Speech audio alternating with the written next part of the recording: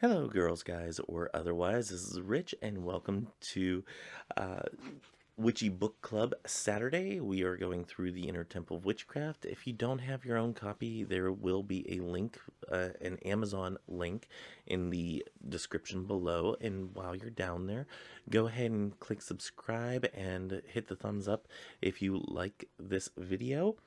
It helps with the algorithms. It appeases the YouTube algorithmic gods. So do hit that like button. Leave me a comment if you are doing this series with us. Stuff like that. Let me know your take on this series.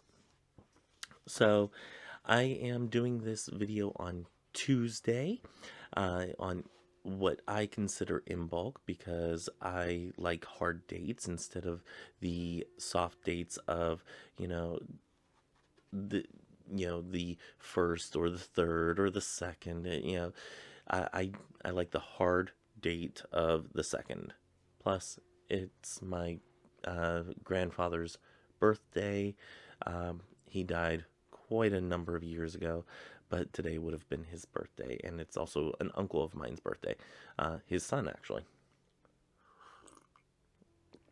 So, yep, grab your coffee, grab your tea, grab whatever beverage of choice um, that you are drinking with me, and I am going to go ahead and go on into this because this is a longer chapter. I will say that the daily journaling is kind of failing right now. I need to grab my journal out of there and do some journaling, especially on today, in bulk, uh, the day of in bulk for me. So, yes, I definitely want to do some journaling. Going back to chapter 5, I wanted to go through some of the exercises here. Um, Again, I did not, and I only recorded the previous video on Friday, I believe it was, whenever I recorded that video. But I haven't done these exercises because I've done them before. The feeling of aura, the ball of energy, the feeling of energy, and whatnot. These are things that I commonly do. The earth walking and the pushing and pulling of energy. I haven't really tried that one, and I don't know if my partner would want to do those exercises with me. If he does, then fantastic. If not, it's not a big deal to me. So he had in here to do those exercises. I've already done them in the past, and um, I do enjoy the making of a ball energy and whatnot. That's actually one of the ways that I create circle, and I might actually do a full video on a Witchy Wednesday of creating a circle and whatnot, and how I do that. I think I've already described it in a past video on how I do that, but anyway, something that I will talk about in the future, I guess, possibly if I haven't already done so. Anyway, I know I've done them for Pagan Perspective. That specific question: how do you do circle, or do you do circle?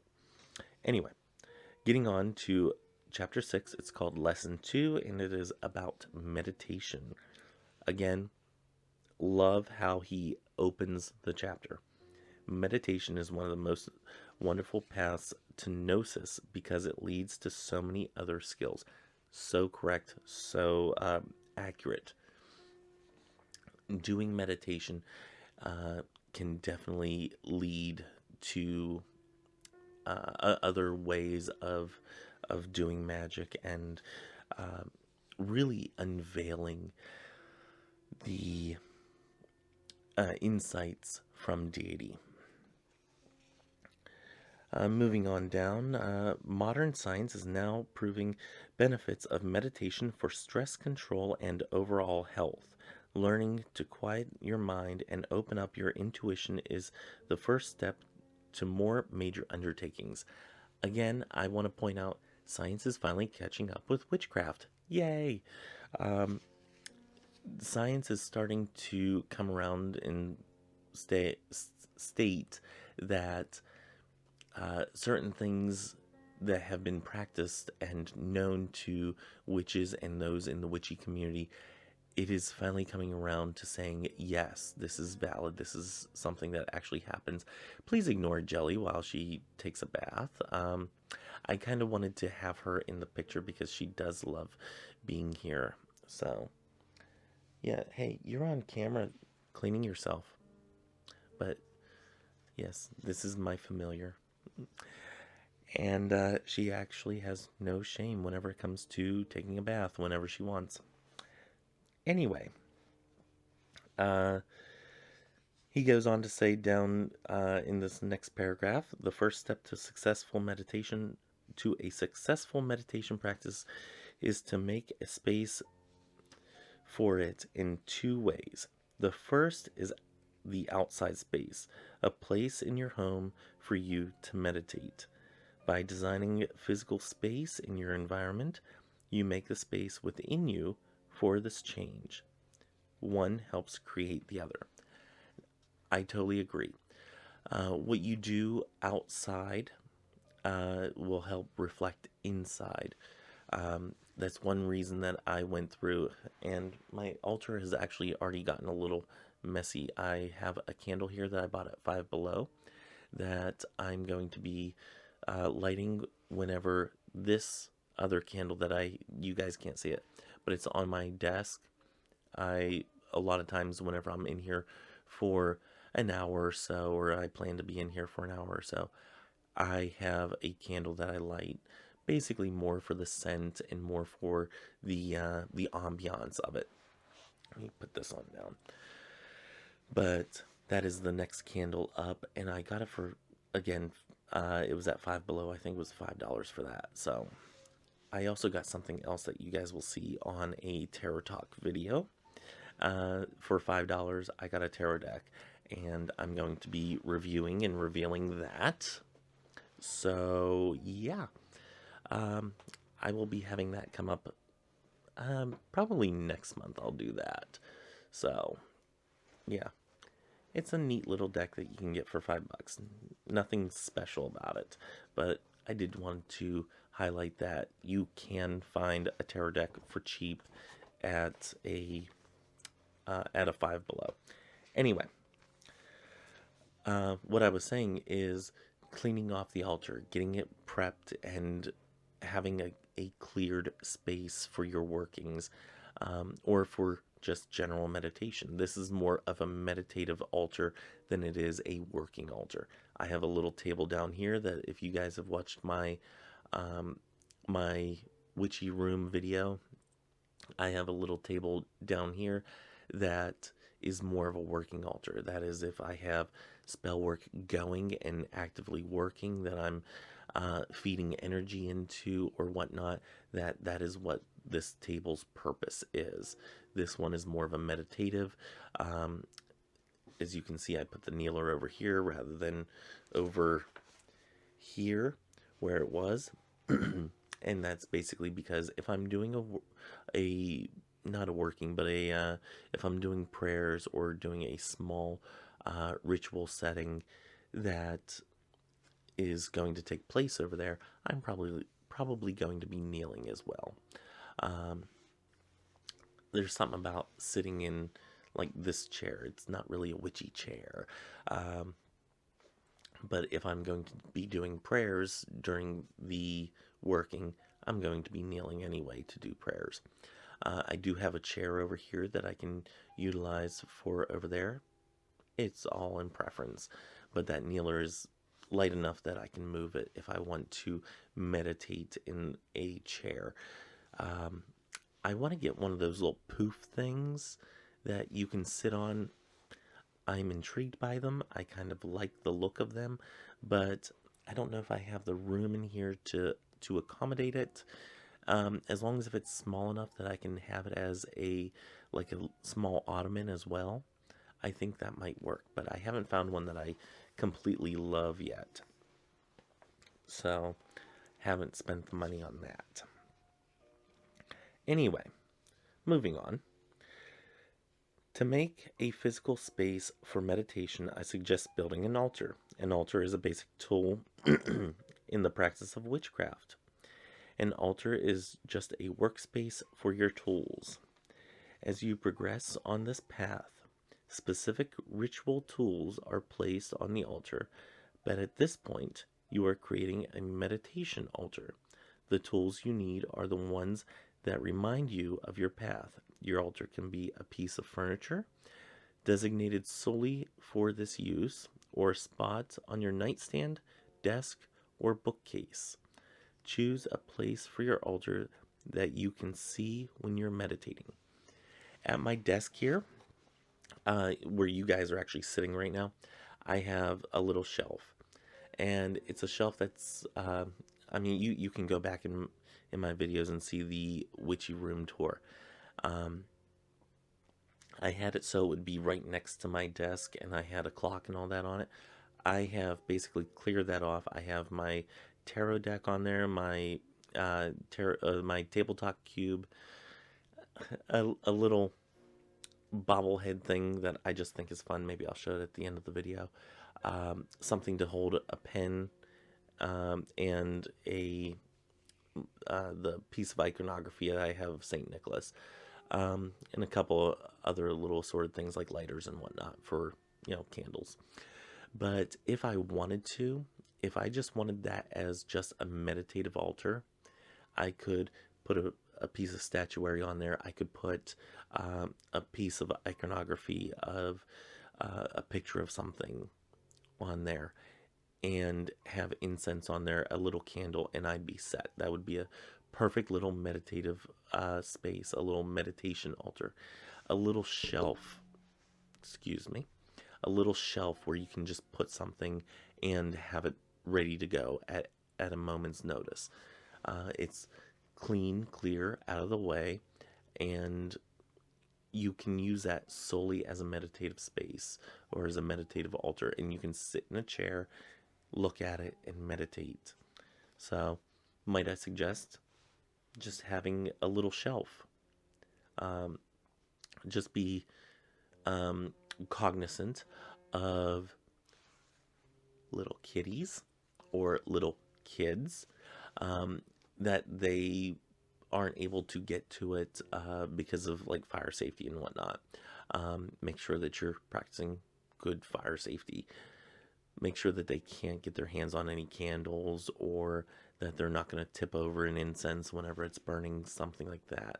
So just keep that in mind whenever you're creating this space, if you're creating it on a shelf or on a desk or anything like that.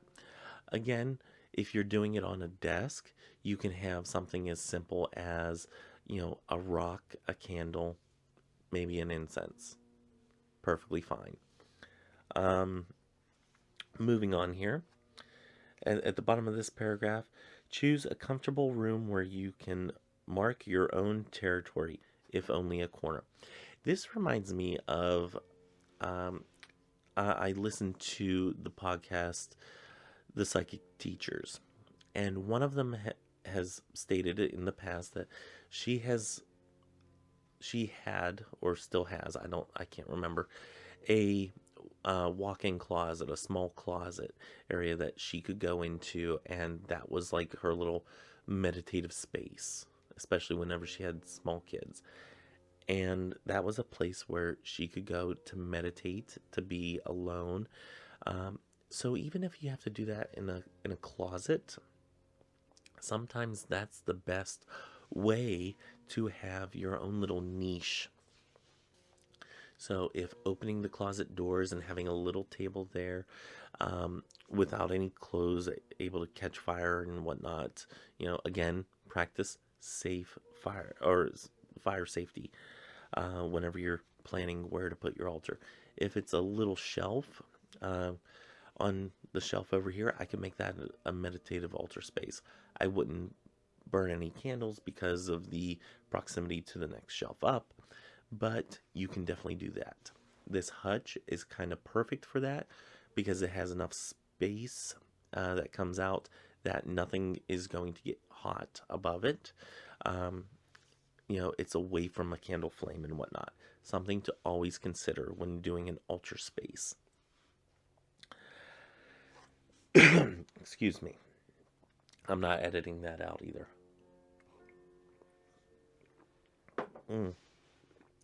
That's either my third or fourth cup of coffee that I'm going through now. Anyway, he says, on the altar, place any items that make you feel good, including any magical trinkets you have picked up along your path so far, such as candles, incense, statues, crystals, feathers, stones, tarot cards, and tree branches. Moving down another sentence, arrange them in any manner that feels intuitively correct to you, and change this arrangement as often as you like. Let this altar be a focus for you. And that's the main thing, especially whenever talking about a meditative altar, is that it works for you. If intuitively you want a feather in the northeastern part of your altar, I would disagree for a regular ritual altar. However, for meditative altar, if that is your focus and that is where you intuitively want it for this meditation, maybe that's something that needs to happen. So go ahead and place that there. There are no hard and fast rules, especially for meditative altar. If you want this crystal over here instead of over here, do it. Make it your own and, put your stamp on it. And don't be afraid to change things up, especially with a meditative altar. Change things up, and by doing that, you change up the energy, the feel of it, the way it looks and feels to you can alter your meditative state whenever you're using that as a focus. So, moving on, you don't need these tools or an altar to meditate.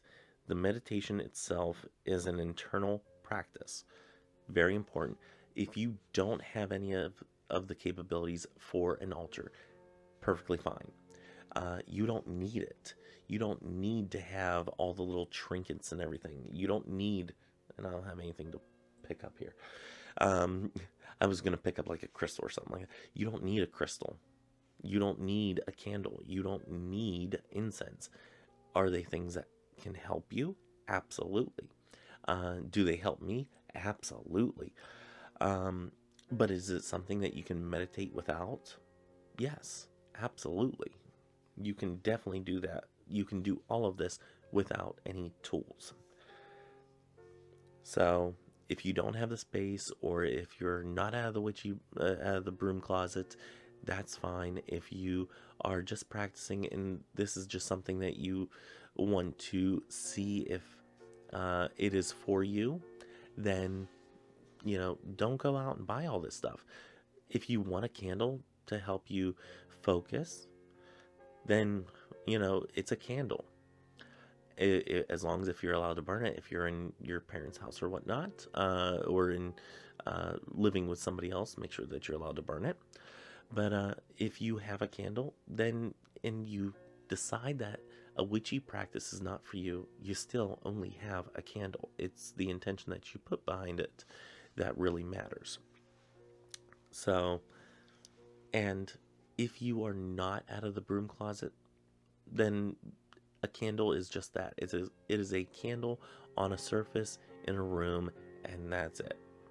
Whether you sit there and meditate with it or not, it's still a candle, and nobody has to know otherwise. So, moving on. Mark your meditation times with a simple ceremony, a tuning in process to delineate this time as different from your normal day-to-day life. Start by lighting a candle on your altar. Use a white candle until you learn the significance of other colors. If you like incense, burn some. Certain substances help create a sacred space for meditation and ritual. They do this by raising the vibration or spiritual energy in a room. Okay, I kind of disagree with this. Whether you know the color correspondences or not, I will say this again: a candle is just a candle until the intention is put in it. Do certain colored candles help with certain rituals and certain aspects? I do believe they do. I I do subscribe to the color correspondences to candles, and that's just something for me. It works for a lot of people. It works for me, you know. But if you're just starting out and you have a red candle, use a red candle if that is what you need to use. If you have just a white candle, excuse me, then use a white candle. Fantastic. The main thing here is to, set that meditative time, to sit down and actually do the meditation. As the psychic teachers always say, meditate, meditate, meditate. It is it is one of the, if not the most important part of witchcraft, in my view, is getting in that meditative state, getting in that comfortable state of being in that silence, being in that moment where you are able to send up energy or prayers or blessings or what have you to deity, to higher self, to angels, to whoever, and also receive those messages that come through. Meditation is a huge part. And then he says at the bottom of here, then say a simple intention to set the stage for the space. Your intention could be formed like this. And he says, I ask in the name of the goddess and God to receive my highest guidance in this meditation. Or, I ask the goddess and God to protect and guide me in this meditation. It can be something very simple like one of these. It can be something a little bit more ceremonial. It could be a prayer. You can use like an Our Father. You can use the Hail Sophia, the Hail Mary. You can use the Jesus prayer. As Christo-Pagans, we can use several different types of prayers that are encompassing of the same intention behind this. For those who are not Christo-Pagans, prayers are still just as valid, in my view, just as valid as a little saying or mantra such as what he gives here. So I would suggest coming up with your own variation. I don't like to take things straight from the book. I like to twist and manipulate it, give it my own little flavor, and go from there. Just something that I like to do. I know other people like to do it as well, but that is something that I always suggest to people, is make it your own by altering the wording or altering something within the spell, whether it's adding an extra herb. Like I like to add dragon's blood to spells that I do, just because dragon's blood is, that is a scent that I absolutely love. And I love the symbolism behind dragon's blood. I know some people will add lavender to their spell work because that is a part of them, because that is their signature scent. Signature scent. The words have lost all meaning. Anyway, moving on, we're at page 95 at the top. He says, intentions of protection, guidance, healing, or experiences for the highest good are best. Clarifying for your highest good, requests that the experience be guided by your divine higher self rather than your ego. Very important. let your ego step aside, or just push it the hell aside, and, you know, let yourself go in that moment. Let yourself be in that moment of receiving whatever you need to receive, or sending things out, whatever you need to send out. Just being in that moment, or even just being in that relaxed state. Maybe this is the only time during the day or during the week that you get to relax in this way, in that deep relaxation. So, you know, let your ego get aside, or just push it the hell aside and say, no, this is something that I'm going to do for myself, that we are going to relax right now.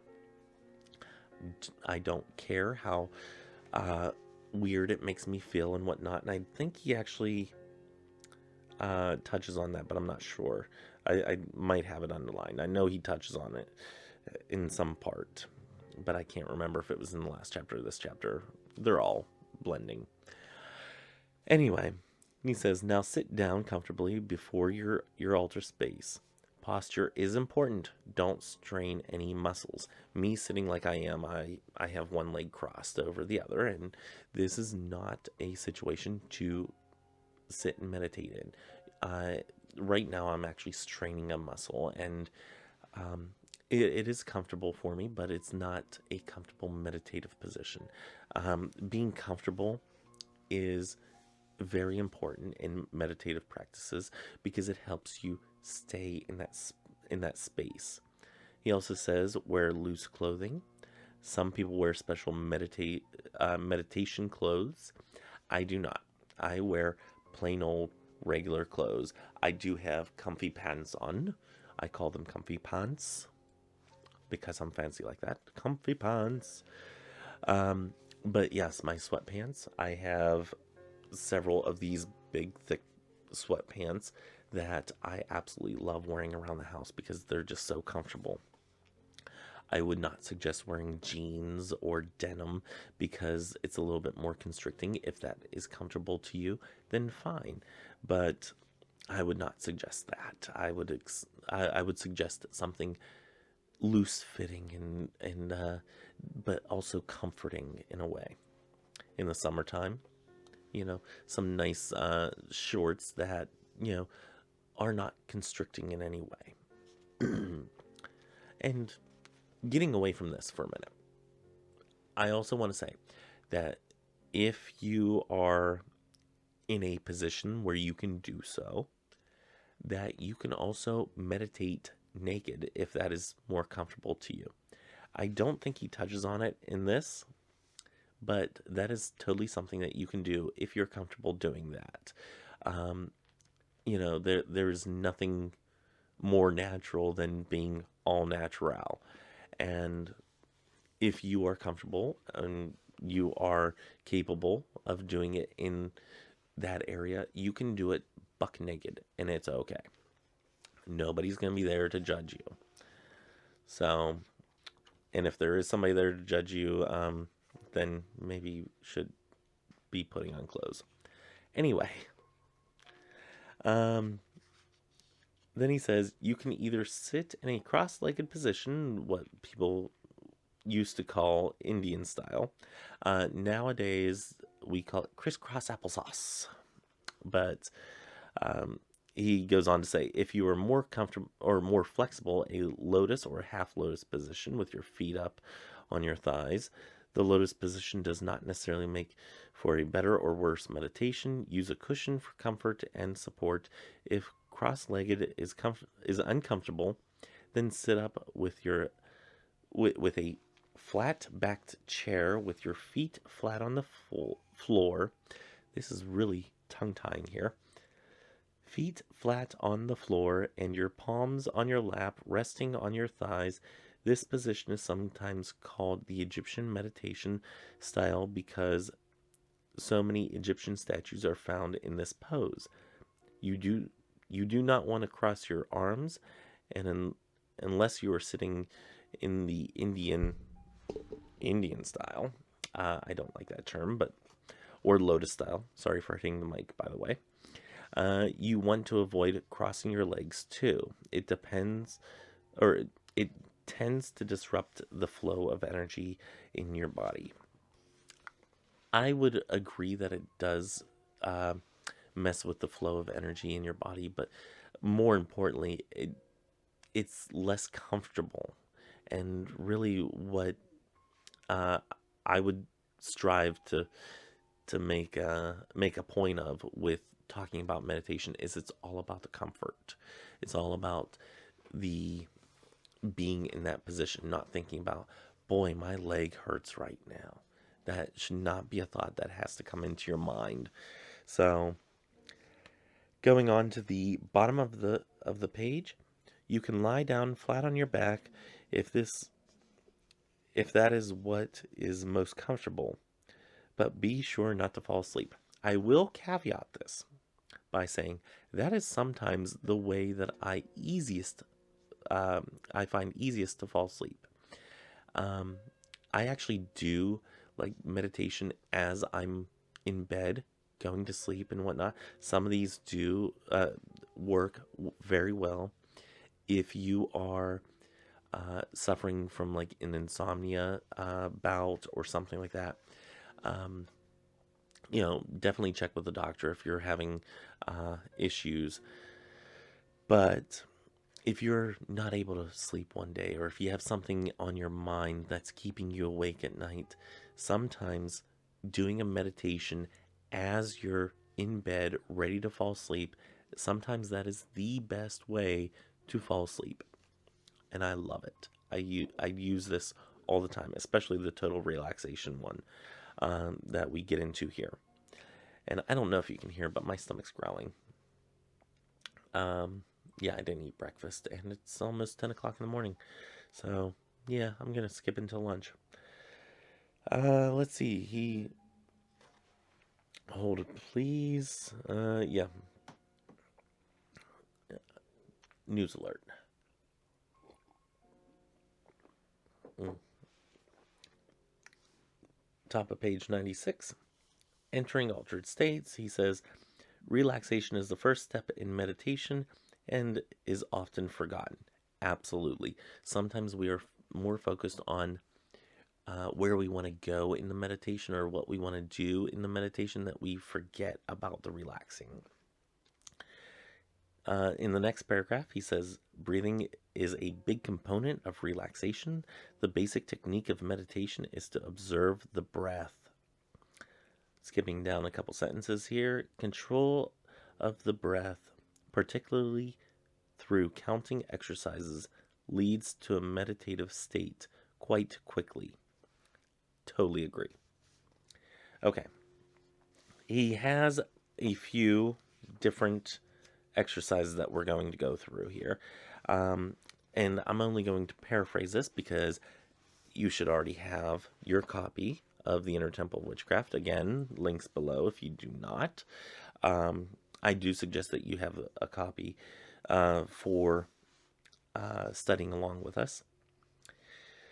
But this total relaxation meditation is getting into your meditative position. Relax your body. Be aware from your head, or be aware of your head from your crown to the back of your neck. And so this one is actually scanning like your body from your head down to your feet.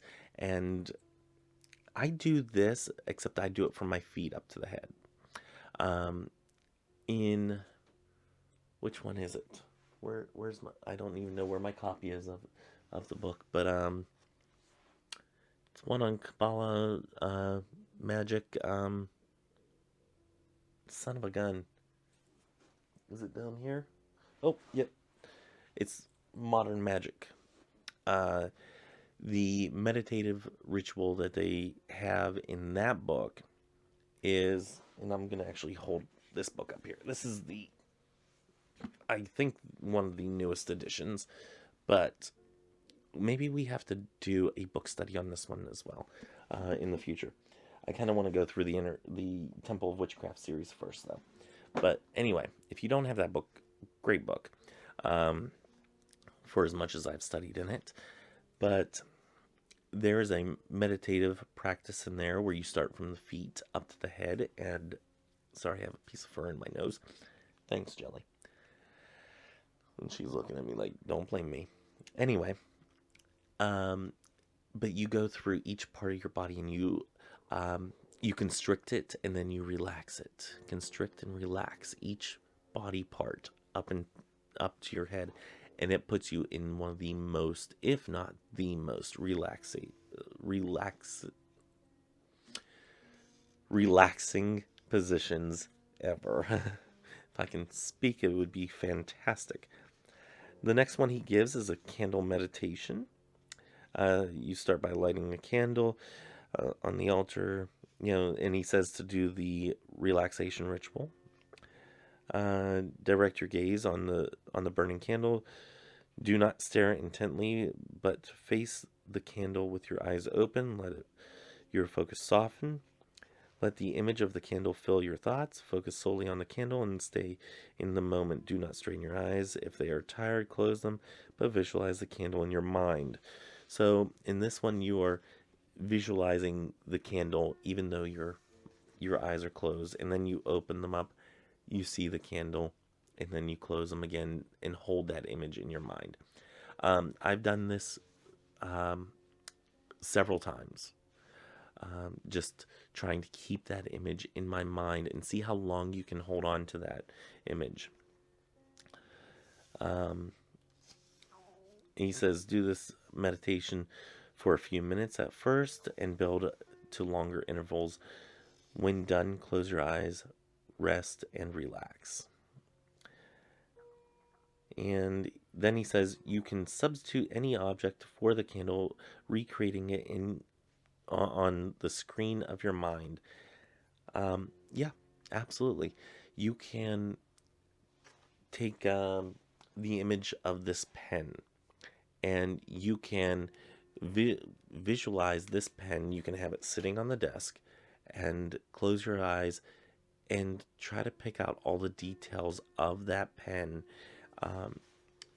while your eyes are closed, and then open them up, see the details on the pen, close your eyes, and do it again. Repeating the process until you have an accurate view of the pen in your mind, rather than just relying on your eyes to see it. This helps you focus. It helps you notice the little minute details and things, and just kind of gives you that relaxation. It challenges your mind to focus on things. He says on page 98 here, inner visualization is another path into the meditative state, and many people claim it is the most powerful because the talent lends itself to many other magical practices. Absolutely. Skipping down a few sentences here, or a sentence. You have some understanding of this invisible force, but your conscious mind has difficulty processing energy, or even understanding it. That is why we connect with the psychic and divine minds. The psychic mind can process psychic energy, but has difficulty translating the experience so the conscious mind can comprehend it. Your psychic self has to use a code that the conscious self can understand. This code is symbolism. Symbols can stand for concepts and energy. Personal symbols are private messages from your own unconscious, your own psychic self, to your conscious self. As when we have dreams. General or universal symbols, falling into a realm of archetypes, is how the collective unconscious speaks to humanity. This is something that is talked about in let me see if it's the same person that wrote Weave the Liminal, Laura Tempest Zakroft, I think, and her book on sigil making. kind of loving that book. I'm working through it still. Um, but she encourages you to come up with your own symbols for making sigils, uh, invoking different feelings and whatnot. And I think it is very important that whenever you have symbols that come to you, and they're going to be different from person to person, such as, again, bringing up the Psychic Teachers podcast. If you guys aren't listening to this podcast, what is wrong with you? It is a fantastic podcast, and they cover all kinds of metaphysical stuff. So it's awesome. Anyway, um, the one individual on there, she is a medium, and the other one is psychic. Um, you know, differentiations as to why they call themselves each.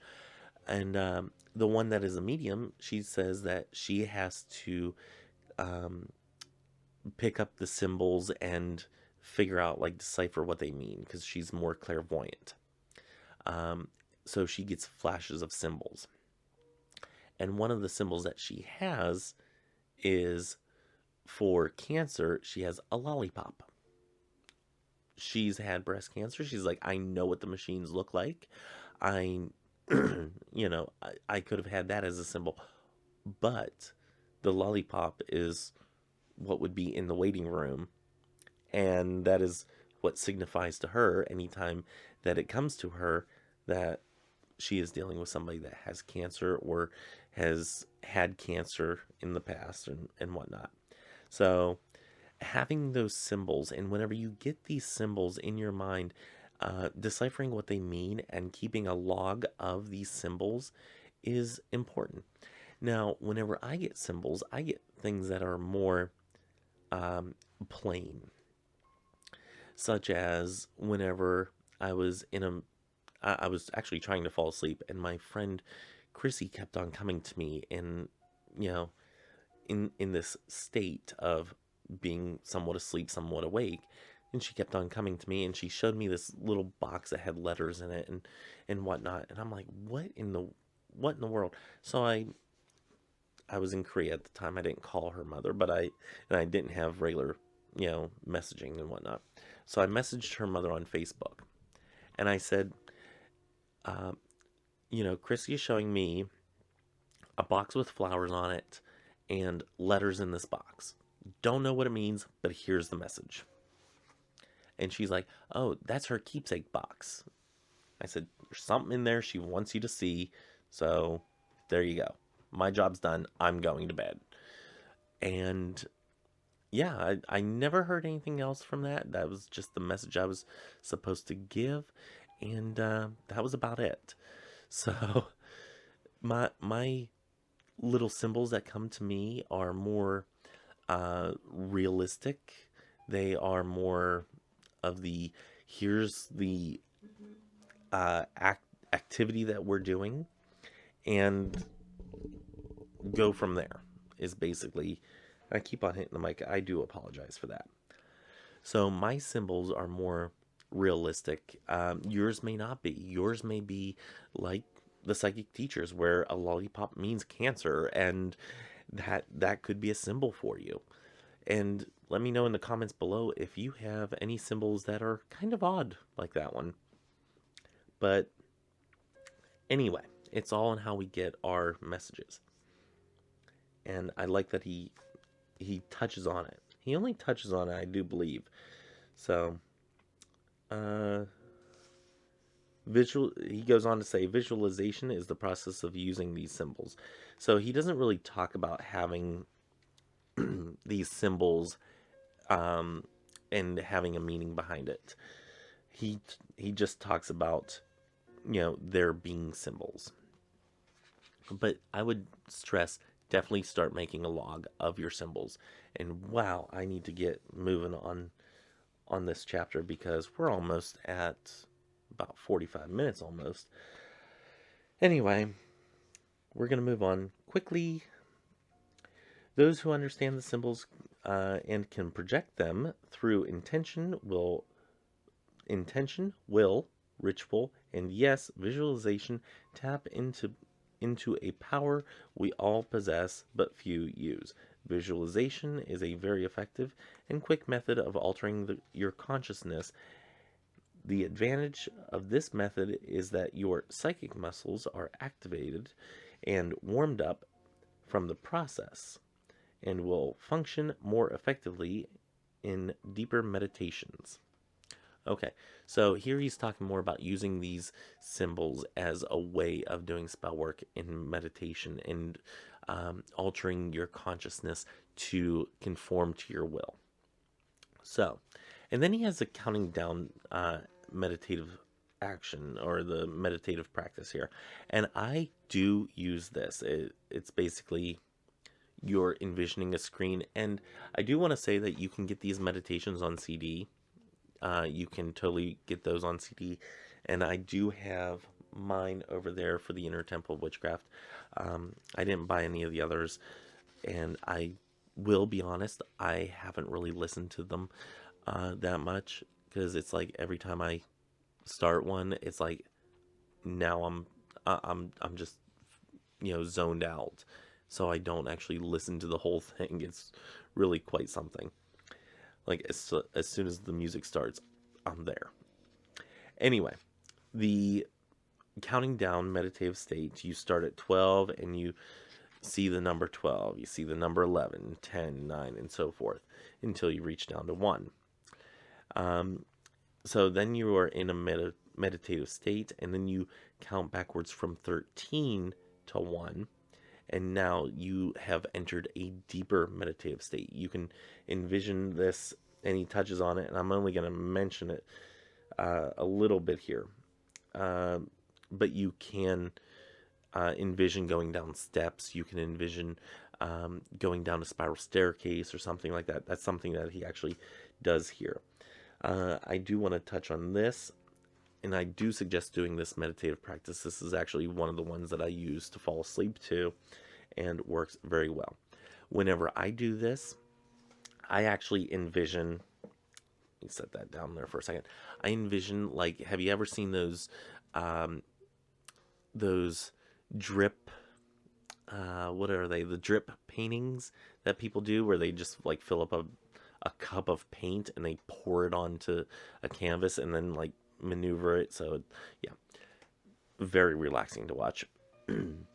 But I envision that with like a white paint coming down onto, and I use a black background, so it really shows up. But I envision the white paint coming down, filling up the number, and then the number overflowing or dripping down onto the next number. And it's almost like one of those drip paintings that I envision all of these numbers, and it just keeps on dripping down, and as it's dripping, it's counting down to the next one. And yeah, I find that very relaxing to watch in my mind's eye. So it is something that I impart to you that you can also use. But I do go from 12 down to 1, and sometimes I don't even get down to 1. Like I said, I usually use this in order to fall asleep, to get in that relaxation or relaxing state to fall asleep. And yeah, by the time I even get down to like 4 or 3, I'm out. I'm done. So I do suggest doing this countdown meditation because it does work very well for me. So I will impart that to you, that I do suggest this one. He says at the bottom of page 100, in the first part of the meditation, we count using the numbers 12 and 13, which is follow the natural cycles, particularly those of the sun and the moon. The solar calendar is based on 12 divisions, the 12 zodiac signs. The lunar year is based on 13 moons. The sun associated with more masculine, linear, and logical thought. So during the active solar 12 count, you are actively visualizing and controlling what you see on the screen of your mind. The moon is linked to the intuitive feminine energies, emotion, and mystery. During the lunar 13 count, You do not try to visualize or control anything. Simply go with the flow of numbers and allow it to happen. Psychics and witches often rely on feelings and intuition rather than create visualization and direct messages.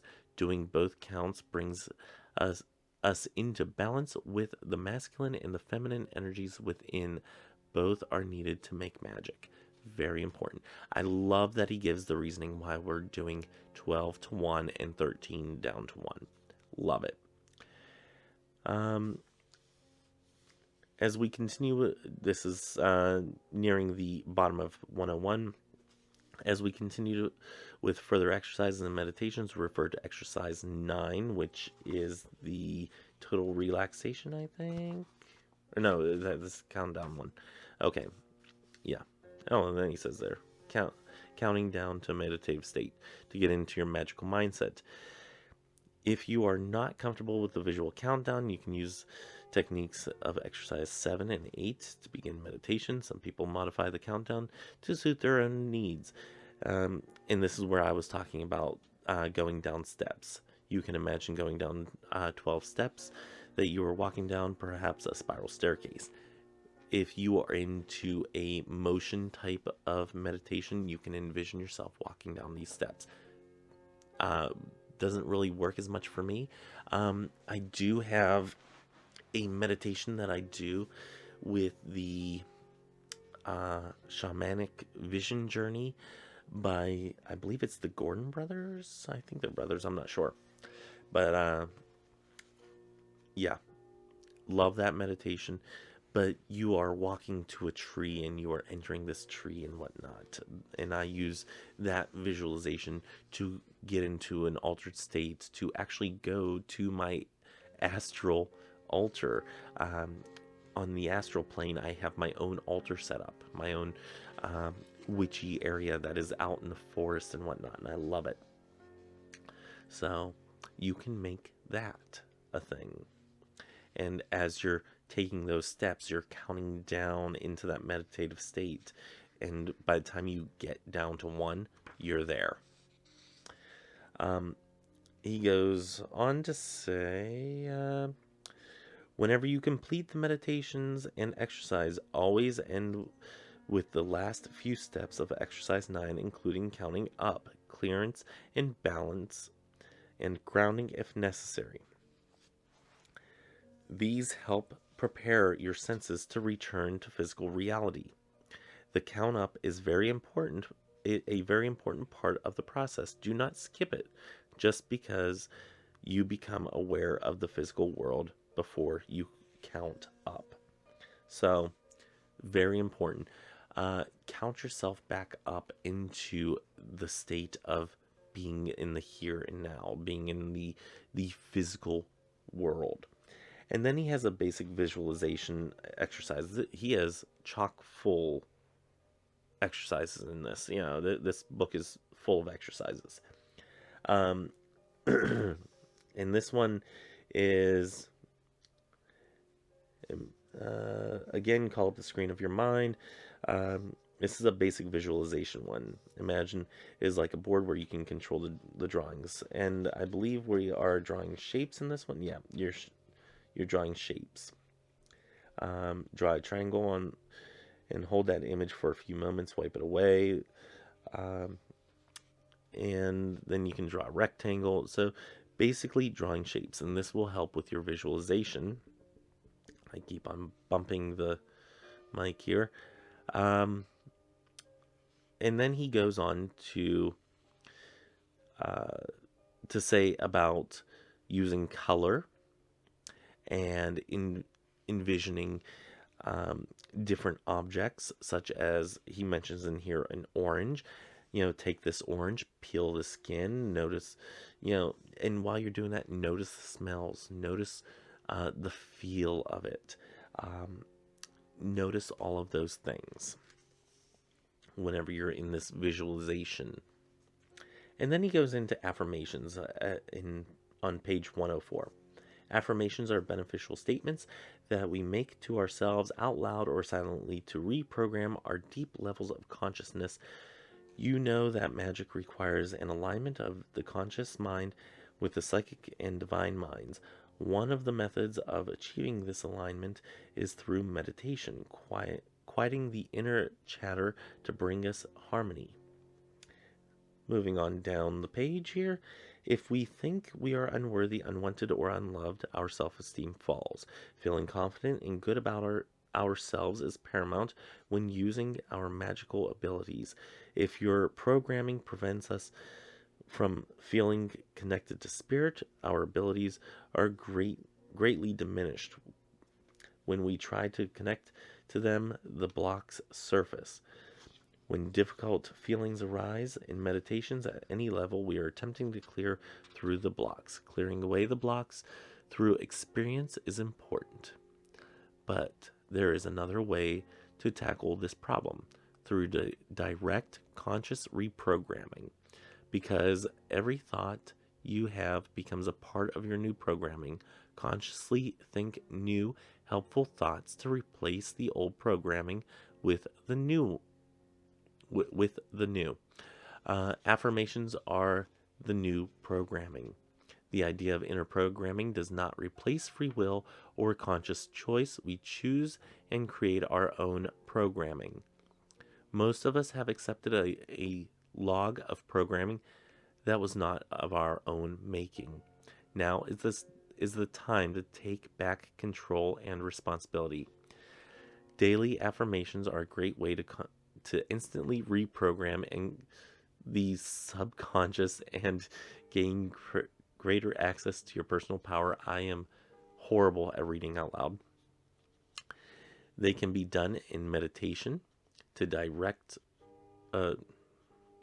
they can be done in meditation to deeply implant them in your consciousness. Sorry, I am not good at reading out loud. They can also be done in a regular beta state with great effect. And then he gives some examples of different affirmations.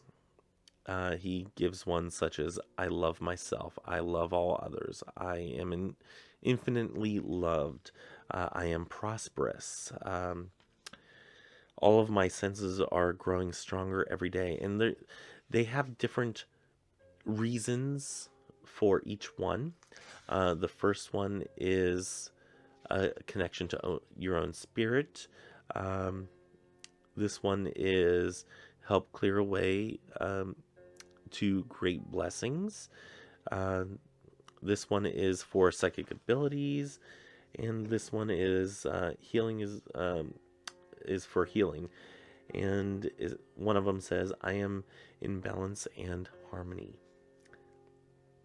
The thing about affirmations, and he mentions it here, is that these affirmations are in the form of I am statements. The phrase I am is very powerful because it connects the affirmation to the highest quality of your being, your higher or divine self.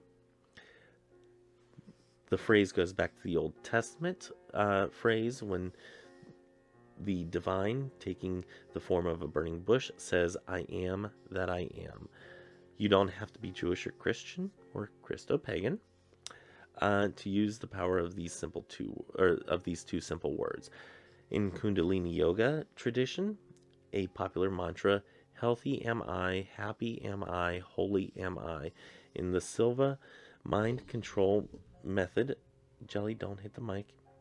They use every day, in every way, I am getting better and better and better. So that is a few really good ways of doing affirmations. In a couple different cultures and traditions as well. He goes on to say the I am statements are also in the form of what you want to create rather than what you don't. And this is important with affirmations. Focus on the positive. Don't focus on the negative.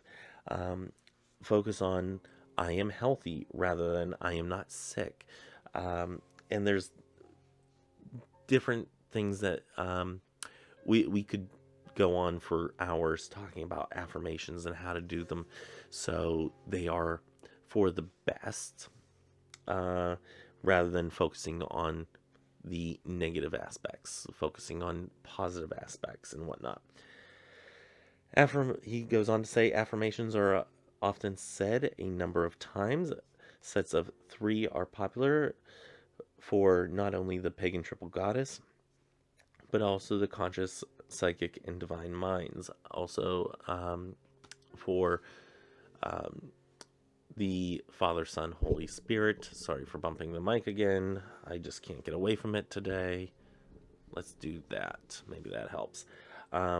So, you can use these in multiple religious aspects. Different cultures and whatnot do have the 3s in for many different reasons in many different ways. Saying affirmations in sets of 3, 9, 33, 99, and 108 are extremely effective. 108 is the number of beads on a mala. So if you have your mala beads, go ahead and get those out and, say your affirmations 108 times. So others prefer sets of 4 for the 4 elements. The elements correspond to our physical, emotional, mental, and spiritual bodies. Use what resonates most strongly with you. And that's what it really comes down to, is however many times you need to say something for it to be working for you is always going to be best. So, and then he has an exercise here for affirmations. And he says, and I'm just going to read through this real quick. Choose at least 5 affirmations from the previous list or create your own. Focus on which qualities you would like to bring to you. Memorize them as best you can so that you are able to recite them in meditation. Do the meditative state, the counting down method of going to a meditative state. Once you're in the meditative level, recite each affirmation at least 3 times. Take note of how you feel when you recite the affirmation. You may not feel anything at first, but you are subtly changing your inner programming. You may see things or think of people, places, or places from your past. Let the ideas flow in and out. Do not hold on to them, but remain aware of them. They can give you clues as to what issues need attention. Return yourself to normal consciousness, counting up, giving yourself a clearance and balance, and do any necessary grounding. So, definitely something that I'm going to try because I have a couple different affirmations that I want to do. And then he talks about instant magic, and I'm going to try to hurry up here on this. I am so sorry for the amount of time this is taking up, but I like the idea of this instant magic that he touches on here, and I don't really do instant magic as much. Most of what I do is I do energy manipulation, like I will send energy to something, and I have mixed results. I'm not gonna lie, I do have mixed results with that, so I'm gonna try some of these methods in my future here.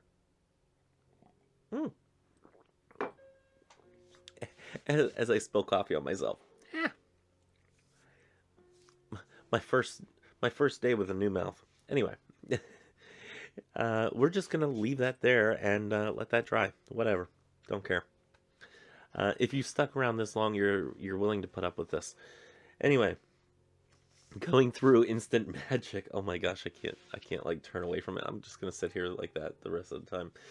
Instant magic is the practice of putting your will into motion very quickly, using power of visualization and attaining a light meditative state through the use of a trigger.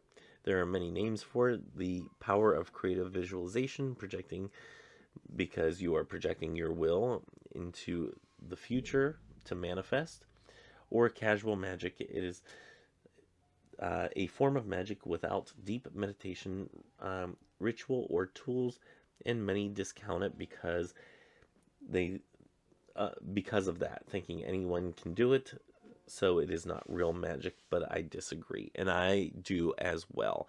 Just because something is simple, as long as if it's working, does not mean that it should be discounted or not thought of as legitimate. My gosh, I can't believe I did that on camera. Instant magic, going down a couple paragraphs here, instant magic is projecting your will forward through visualization and specific intention to create an opportunity lining up with what seems to be coincidences. You do this by entering a light state of alpha, a meditative level where you can still talk, walk, drive, and carry on with everyday life. The sensation is similar to letting your mind wander for a moment, but it is not wandering. Going to the top of page 109, you reach your light magical mindset through intention. By programming a trigger, you can reach this state no matter how stressful a situation is. There are many times in your life when we need access to our magic and meditation skills, but circumstances do not give us the time, space, and quiet we are accustomed to having. The trigger helps us. Moving on down a couple sentences here, triggers can be hand motions, gestures, words, or images that, when performed, help us reach a magical mind. I also talked about enchanting rings on Witchy Wednesday. If you have, as I bumped a stinking mic again, if you have one of those rings that have little spinners on them, you can also use one of those. That would be a good way to have a trigger there. Basically, any ring that if you are a ring wearer, if I were to make this a trigger where I bring my ring upside down and I sit there and I rub on the garnet on this ring, that would be a good trigger. So let's move on here, down a couple paragraphs. Experiment in meditation and what feels comfortable to you. The reason why I suggest simple hand movements is because grand and sweeping gestures attract attention, and you want to be able to do this when you drive and have a conversation with someone and not necessarily explain what you're doing. Moving on to the next paragraph, once you program your trigger, you can use it for many different effects in your everyday life. And then he has some different, let's see, some different things here. What does he have here? I did read this because I said, oh, I want to include these, but I'm not going to read all of these. Sometimes I ask the goddess and God for my intent silently in my mind, and I can ask it to be correct and good for all involved. Okay, yeah, he gives some examples of how this is what it was. He gives some examples of how you can use your trigger with different things, such as accelerated learning, animal communication, affirmations, bending time, body control, cosmic telephone message, early warning system, guidance, healing, internal alarm clock memory, parking spaces, that's a big one, protection, reduce anxiety, another big one for me, repairs, traffic lights, I've done that. Usually I call on an ancestor of mine for it. Victory, weather magic. And he says, you need not be limited by these examples. Just as I have found special tricks to fit my lifestyle and needs, you will expand your instant magic into new areas. And then he has an exercise on how to program your trigger. And I do want to say that he also has a book called Instant Magic. And I have not gone through that book entirely. I've touched on a little bit here and there, but I actually want to give that an in-depth read as well. So after the Temple of Witchcraft series, going on through the rest of Christopher Penzak's works will be something that I think I'm probably going to definitely do through YouTube and whatnot. And then he goes on to say about finding a place of power. One of my most important tenets in the traditions of witchcraft is the sacredness and power of the natural world, making space for meditation in your inner reality by building an altar or shrine, and then maintaining a practice that is an important step. So, yes, having an altar space, having a shrine that is dedicated for for yourself in your even for your inner reality. So yes, actually, like I said before, uh, I actually have an astral altar and everything, and for me, that is like my inner shrine. I love that. Um, but he goes on to here. He goes on here to say about finding a place out in the woods. If you're not near woods, then finding a place like at a local park or something like that. I find cemeteries work great for this. If you find a nice cemetery that has like a little bench and a little grove area, a lot of times, if you find a cemetery like that, it is very peaceful. Nobody bothers you. It's fantastic. And I had one down in Wichita, Kansas that I absolutely loved to go to. And I would go to this cemetery quite often. Yeah. So he has some new assignments here, and we're going to finish out here in just a minute. Yeah, long video. Sorry about that. Exercises 7 through 12. Do those. Complete and record your experiences in your Book of Shadows. Incorporate them into regular routine at least 3 times a week, if not daily. Early morning or late evening meditation times are usually best, but do not meditate lying down in bed, or you will always associate meditation with sleeping. Sit up, do exercise 12, programming your trigger at least 3 times. Practice the orange meditation often, using all your senses. Use the instant magic in your daily life.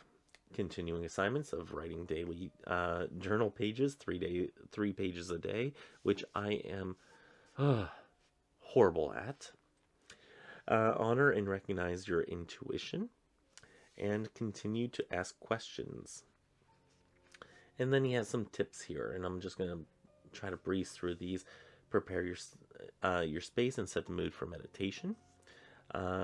That's one. Develop your inner narrator, an inner voice that talks you through your meditative practice. And like I said, I'm only going to touch on these. Always make sure you count yourself down and count yourself back up. Don't rush. There is no real getting there. Some sessions seem deeper than others, but many students expect to feel under, as if they were at a stage hypnotist show.